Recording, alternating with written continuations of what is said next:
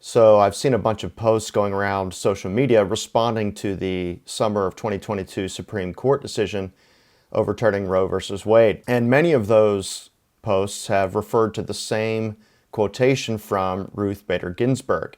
It's actually an old quotation, comes from her 1993 Senate confirmation hearings, and this is what she says. The decision whether or not to bear a child is central to a woman's life, to her well-being and dignity. It is a decision she must make for herself. When government controls that decision for her, she is being treated as less than a fully adult human responsible for her own choices. Now, as far as I can tell, Ginsburg is 100% correct in what she's saying here. As you know, Ginsburg is known as a champion of abortion rights, but here's the thing. It seems to me that the pro-life side, anybody who is opposed to abortion, ought to be able to agree with Ginsburg 100% in what she said without any inconsistencies or contradictions. Now, I do not want to get into the entire debate about abortion. Instead, I want to focus very narrowly on this one statement from Ginsburg. And the reason I want to focus on that one statement is this. In order to have productive, meaningful conversations with people about controversial issues, it's really important to focus in on the exact nature of the disagreement, assuming there is a disagreement. In any controversial topic over which there's debate, it really doesn't do much good to focus on issues and ideas over which there is no disagreement. So that's why we need to focus very narrowly on the things about which there is disagreement. And that's really the trouble. The problem with Ginsburg's statement is that it doesn't actually identify any area of disagreement between the pro-abortion side and the anti-abortion side. To see that, let's take a close look at what Ginsburg actually says. Now, the main issue that she makes in this quotation is that it is a woman's choice whether or not to bear a child. That's the main issue. Well, what does she say about this decision, about this choice? Well, there's a number of very important points that she makes. First, Ginsburg says that this decision is central to her well-being and dignity.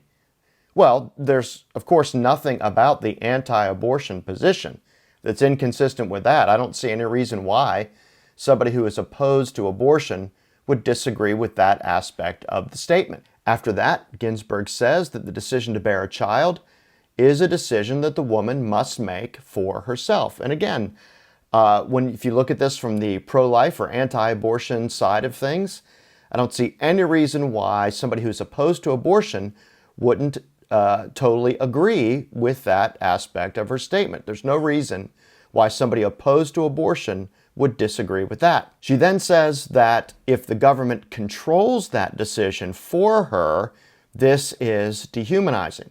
And again, from the pro-life or anti-abortion perspective, I don't see why anybody would disagree with that. The anti-abortion side can be in perfect agreement with that aspect of her statement. So if both sides of the abortion debate, both the anti-abortion and the pro-abortion sides, can agree on all those points that Ginsburg makes in her statement, well then what's the real difference? Well, of course, the real difference is this. The anti-abortion side of things would say that by the time a woman is seeking an abortion, she has already made the decision to bear a child.